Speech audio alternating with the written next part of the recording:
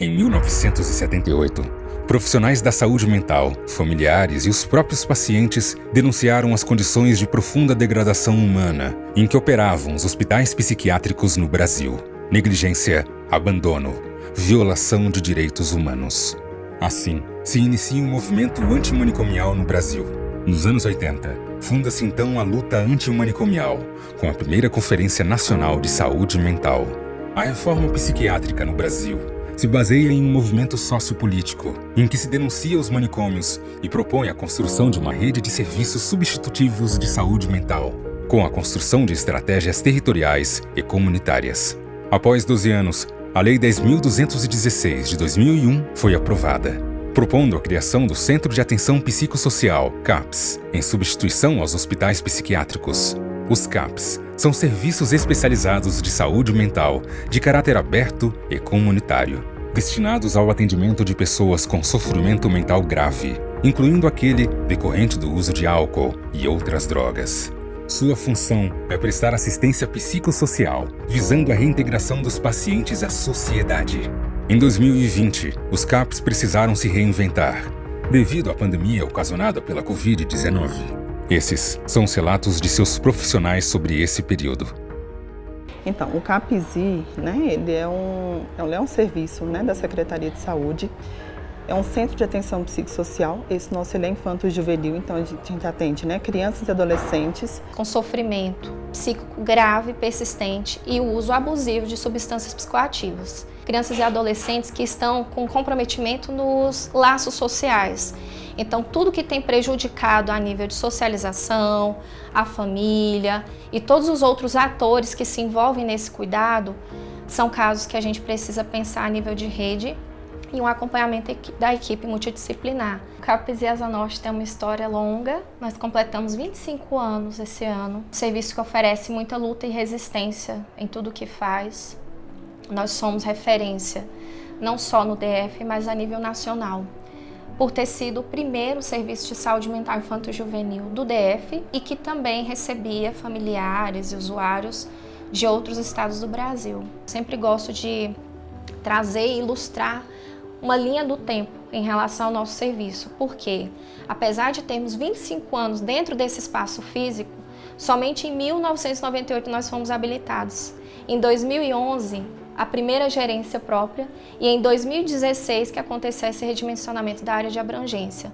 Antes desse período, em 2016, nós atendíamos o Brasil, com a realidade que temos, com o espaço físico reduzido, com o dimensionamento de RH também deficiente, enfim, mas nós temos avançado, buscado nossas conquistas, e isso a gente só tem conseguido porque nós temos parceiros na rede. Eu sempre falo que nós temos braço, coração, perna para fazer tudo que a gente faz. Com a vinda da pandemia, o nosso trabalho inicialmente foi bem difícil, porque vieram muitas dúvidas de como a gente ia fazer o nosso trabalho, se o nosso trabalho era um contato direto com os nossos pacientes. Todos os níveis de atenção e demais políticas públicas foram afetados pelo contexto de pandemia. Inicialmente, as pessoas ficaram com receio de chegar ao serviço, A demanda diminuiu drasticamente, as pessoas elas não vinham, mas a gente sabia que as pessoas estavam sofrendo. Consigo avaliar assim, o contexto de pandemia como um silêncio, O silêncio desses adolescentes, o silêncio dessas crianças. Porque quando a gente ligava para essa mãe, ela dizia que estava tudo bem, esse adolescente não estava falando para mim. Ou dizia que estava tudo bem. Ou a situação de violência doméstica, quando eu falo de várias violências e várias violações de direito, é isso, é aquela mulher que às vezes tinha acabado de ser agredida, mas estava ali falando que estava tudo bem. A gente não parou na pandemia, a gente se reunia constantemente, apesar da gente já fazer isso, mas a gente passou a se reunir mais, porque aí a gente teve que repensar o nosso serviço e repensar a nossa forma de trabalhar, Acho que no início a principal foi o uso de equipamentos que ninguém usava, Máscaras, luvas, a gente chegou em um momento de usar capotes, enfim. Ter que colocar algumas barreiras para que a gente conseguisse proteger não só a nossa equipe, como o usuário que estava acessando o nosso serviço. Depois, a gente foi se adaptando conforme as coisas iam acontecendo. A gente teve que diminuir o número de participantes nas nossas atividades para evitar, né, contatos, muitos contatos, enfim, ou possíveis infecções, né? Em um outro determinado momento a gente teve que suspender as nossas atividades em grupo. E foi difícil porque o nosso trabalho ele acontece em território. O CAPS ele precisa estar na rua. Então a gente tem as atividades na unidade, que são os coletivos, né? A Menina dos Olhos, que são os coletivos no nosso CAPSI, justamente porque o nosso olhar enquanto serviço não está focado no diagnóstico e nem na doença. Aqui a nossa preocupação e a primazia do nosso trabalho envolve o sujeito, a família e a comunidade. O início da pandemia para mim foi caótico, porque de repente parou tudo. Parou, então eu já não tinha um vínculo bom com a minha família e depois disso só piorou. Foi um desafio para o serviço, mas foi um desafio onde a gente conseguiu se transformar, né? Eu acho que teve uma transformação quando a gente teve a proposta, né? Eu acho que a rede social ela tem seus pontos positivos e acho que foi um modelo que ajudou muito no período da pandemia, onde a gente conseguiu se fazer mais presente desses usuários, né? Então, a gente iniciou ali com os grupos online, no formato de chat, né? Então, eu acho que era um espaço onde muitas vezes o adolescente estava passando por situações difíceis e de violência no ambiente da casa e não conseguia verbalizar. E às vezes a questão de ter um atendimento que fosse online com verbalização, ele não ia conseguir falar, porque tem outras pessoas, então não tem um ambiente de privacidade, né? Então, acho que o chat ajudou. Eu passei por uma questão muito, assim, questão traumática. E eu não sabia, eu não queria aceitar o fato de que eu também precisaria do CAPSI na minha vida.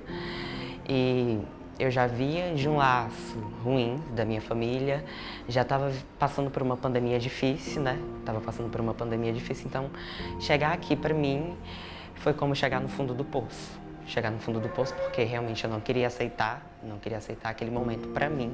E a gente também, nesse período, a gente criou outras estratégias que até vigoram até hoje, né, que é o grupo de família online. A gente criou grupos online, primeiro para os adolescentes, esses grupos online. Criamos para as famílias também. A gente teve uma boa participação dos adolescentes durante o período que a gente não podia ter grupos presenciais. Foi inovador, foi desafiador, né? Acho que para os servidores que não tinham tanta conhecimento com essa parte tecnológica, né? A gente teve que aprender junto. A gente não tinha tanto recurso como a gente tem hoje, né? Em termos de câmeras e fones, enfim. Foi muito boa a participação dos adolescentes. Com as crianças a gente não conseguiu fazer o grupo online porque era um pouco mais difícil, né? Mantê-las na frente de uma tela para se trabalhar em grupo, né? É diferente de assistir um DVD, enfim. E com as famílias foi ótima. Acontece até hoje nos nossos grupos de família. Nós temos 3 grupos de família, eles são no formato online. Tem uma adesão bem significativa, né? Nós fazemos hoje os 3 grupos no formato online e esporadicamente os encontros presenciais, uma vez por mês ou a cada 2 meses, enfim. Depende muito também de como eles estão nesse momento, né? Se é possível vir ao serviço, enfim. Mas a percepção é que para as famílias foi excelente. Para a gente continuar, né, fazendo um trabalho legal, né, que não causasse desassistência para os nossos pacientes que já estavam com a gente e também para os novos que iam chegando, né? E a gente não podia ter esse contato físico, né, o contato presencial, a gente teve que se contentar com as ligações, né, que a gente fazia. Então, a gente passou a fazer essa escuta por telefone ou por videochamada e também fazendo as intervenções, né, que nos cabiam. E com isso, a gente teve que olhar mais para a rede de apoio da rede, né? Que quando eu falo rede, é toda a rede mesmo, desde acionar bastante os NASCs, né? Que a gente tem aqui em Brasília, que é os núcleos, né, de saúde, de apoio à saúde da família, né? Que dá apoio para atenção básica, desde acionar conselho tutelar, Os CREAS também foram nossos parceiros, os CRAS, né, que são os Centros de Referência de Assistência Social, Vara da Infância, a gente articulou bastante também de alguns casos que, né, demandavam esse contato. A gente também tentou até, assim, foi bem legal porque assim, a gente passou a conhecer mais a nossa rede, né, e aí até vizinhos, sabe, de nossos pacientes que tinham, porque às vezes tinham familiares que não tinham celular. A gente está aqui falando do celular, do tablet, do notebook, das reuniões de rede, de quem tinha um celular para a gente ligar, mas e o adolescente que está na situação de rua e não tem?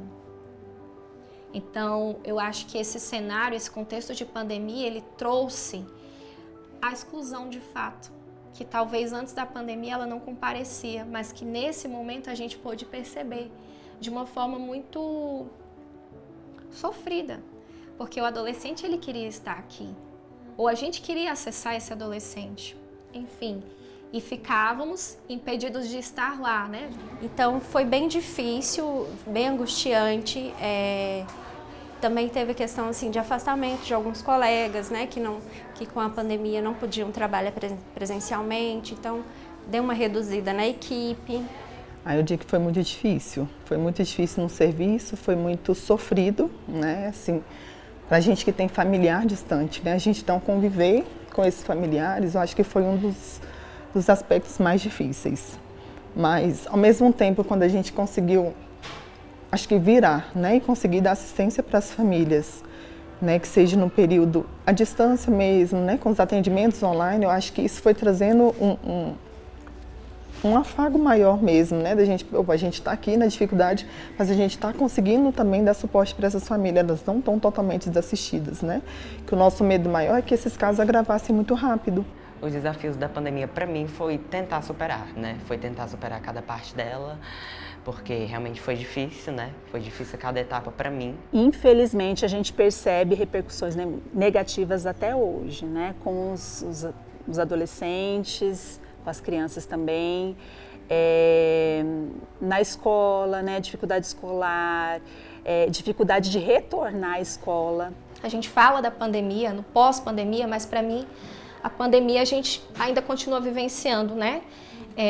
São diversos retratos, diversos desafios, enfim, eu acho que a pandemia ela veio para colocar uma lupa, né? Para dar visibilidade em situações e desafios que por vezes não compareciam.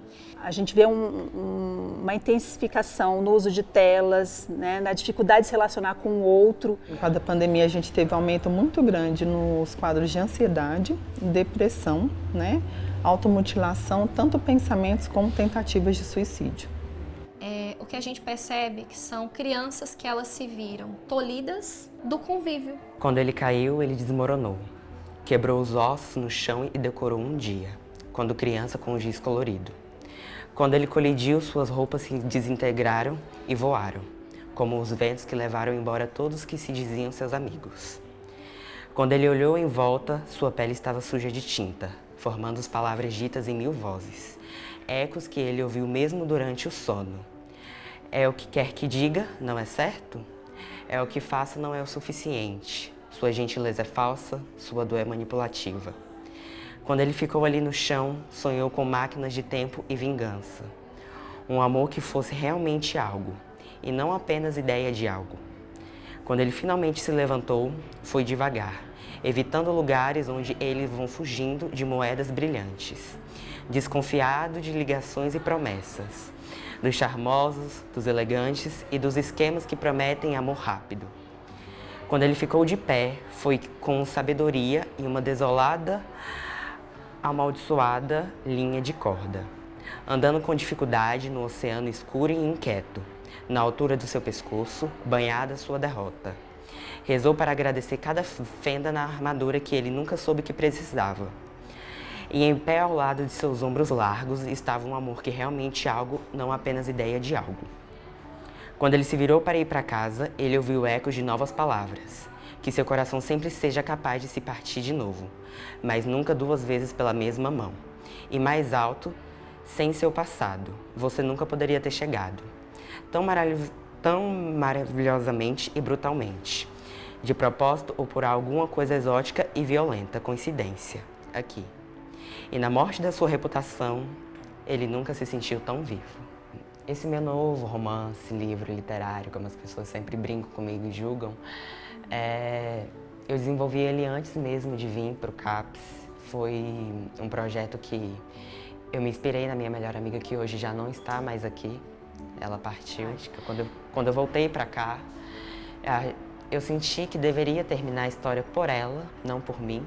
Ela foi uma pessoa corajosa, que ela foi uma pessoa que me inspirou a escrever e que ela nunca me deixou desistir dos meus sonhos, porque nos momentos em que eu achava que eu não poderia, ela sempre esteve lá e ela sempre me disse para mim acreditar nos meus sonhos. Voltar para a escola, voltar para os lugares onde já fazia tempo que eu não ia, foi meio caótico, ter que me reorganizar, ter que reviver tudo de novo, ter que aprender de novo os mesmos processos. Foi difícil, foi totalmente difícil. O CAPSI me ajudou, assim, na história de me aprender a me enturmar novamente, a poder me reorganizar de novo. Eles me ensinaram, eles me deram apoio. Assim, eu posso considerar que o apoio de cada um deles foi um apoio grande para mim. Hoje em dia o CAPS é como uma segunda família. A gente está aqui, né, de portas abertas para receber, né, todos os adolescentes, crianças, né, que estiver nessa necessidade ainda, né.